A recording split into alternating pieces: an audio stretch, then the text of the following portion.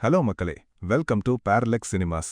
29 வயசு ஆகியும் லைஃப்ல பெருசா எந்த அடையாளமும் இல்லையே, இன்னும் செட்டில் ஆகலையேங்கிற கவலை நம்ம ஊர்ல பல பேருக்கு இருக்கும். அந்த மாதிரி ஒரு இளைஞனோட காதலையும் காதலை தாண்டிய யதார்த்தமான வாழ்க்கையையும் ரொம்பவே ஆழமா பேசுற படம் தான் இன்னைக்கு ரிலீஸ் ஆகியிருக்க 29. மேயாதமான் ஆடை படங்களை எடுத்த டைரக்டர் ரத்னகுமார் இயக்கத்துல விது மற்றும் பிரீத்தி அஸ்ரானி நடிச்சிருக்க இந்த படம் எப்படி இருக்கு? வாங்க நம்ம ஹானஸ்டான ரிவ்யூக்குள்ள போகலாம். கதை என்னன்னா, நம்ம ஹீரோ விதுவுக்கு 29 வயசாகுது. ஆனா தனக்குன்னு எந்த ஒரு தனி அடையாளமும் இல்லாம சுத்திட்டு இருக்காரு. அந்த டைம்ல ஹீரோயின் பிரீத்தி அஸ்ரானி மேல காதல் வருது. அப்பாடா, இந்த அழகான பொண்ணோட காதலன் தான் நாம அப்படிங்கிற அந்த அடையாளமே தன் வாழ்க்கைக்கு போதும்னு ஹீரோ நினைச்சிட்டு இருக்காரு. ஆனா ஹீரோயினோ காதல் மட்டுமே வாழ்க்கை இல்ல, அதை தாண்டி நீ வாழ்க்கையில சாதிக்க வேண்டியது நிறைய இருக்குன்னு அவருக்கு புரிய வைக்க ட்ரை பண்றாங்க. ஆனா ஹீரோ மாறாததால ஒரு கட்டத்துல பிரேக்கப் பண்ணிட்டு போயிடுறாங்க.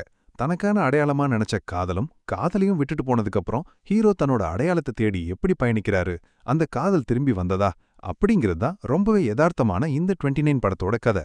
ரெட்ரோ படத்துல வில்லனா மிரட்டின விது இந்த படத்துல ஒரு பக்கத்து வீட்டு பையன் லுக்ல ஹீரோவா செம்மையா ஸ்கோர் பண்ணியிருக்காரு. காதலியோட பிரிவால வர அந்த வழிய ரொம்பவே அளவா யதார்த்தமா நடிச்சு வெளிப்படுத்தியிருக்காரு. ஹீரோயின் பிரீத்தி அஸ்ரானி பாக்குறதுக்கு வேத் ஸ்டேட் பொண்ணு மாதிரி இருந்தாலும் ஸ்கிரீன்ல ஒரு தமிழ் பொண்ணாவே வாழ்ந்திருக்காங்க. கோபத்துல காதலன் கன்னத்துல அரைஞ்சு காதலை வெளிப்படுத்துறது, ஊருக்கு போற காதலனை வழி அனுப்பும்போது படுற பதட்டோம்னு ஆக்டிங்ல பின்னி இருக்காங்க. ஹீரோவோட ஃப்ரெண்டா வர அவினாஷ் அந்த சீரியஸான இடங்கள்ல நமக்கு கொஞ்சம் காமெடி ரிலீஃபும் கொடுக்கறாரு. சிறப்பு தோற்றத்துல மாஸ்டர் மகேந்திரனும் வந்துட்டு போறாரு. டைரக்டர் ரத்னகுமார் எப்பவுமே எளிய மக்களோட காதல ரொம்பவே இனிமையா சொல்றதுல கில்லாடி.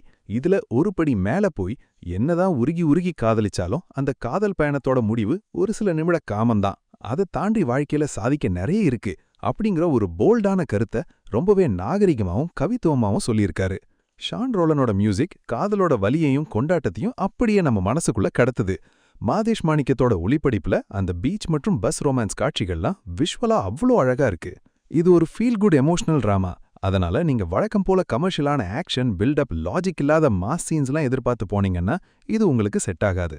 படம் ரொம்பவே யதார்த்தமா மெதுவான பேஸ்ல தான் நகரும். சில இடங்கள்ல அந்த ஸ்லோனஸ் கொஞ்சம் தொய்வா ஃபீல் ஆனாலும் அந்த எமோஷனல் கனெக்ட் நம்மளுக்கு எங்கேஜ்டா வச்சிருக்கு. ஓவரால என்ன சொல்ல வரேன்னா, ரத்னகுமாரோட கூர்மையான வசனங்களும் ஹீரோயினோட யதார்த்தமான நடிப்பும் இந்த படத்தை வேற லெவலுக்கு தூக்கி நிறுத்துது.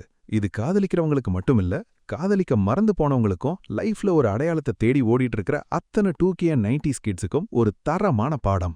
எந்த ஒரு கிரிஞ்சும் இல்லாத ஒரு பக்கா யதார்த்தமான ஃபீல் குட் காதல் படம் பார்க்கணும்னா இந்த வீக்கெண்ட்ல தாராளமா 29 படத்துக்கு டிக்கெட் எடுக்கலாம். நம்ம சேனல் ரேட்டிங் 4 out of 5. இந்த ரிவ்யூ உங்களுக்கு பிடிச்சிருந்தா அந்த லைக் பட்டனை தட்டி விடுங்க. மறக்காம நம்ம பேரலெக்ஸ் சினிமாஸ் சேனலுக்கு சப்ஸ்கிரைப் பண்ணுங்க. நெக்ஸ்ட் வீடியோல சந்திப்போம். Stay cinematic.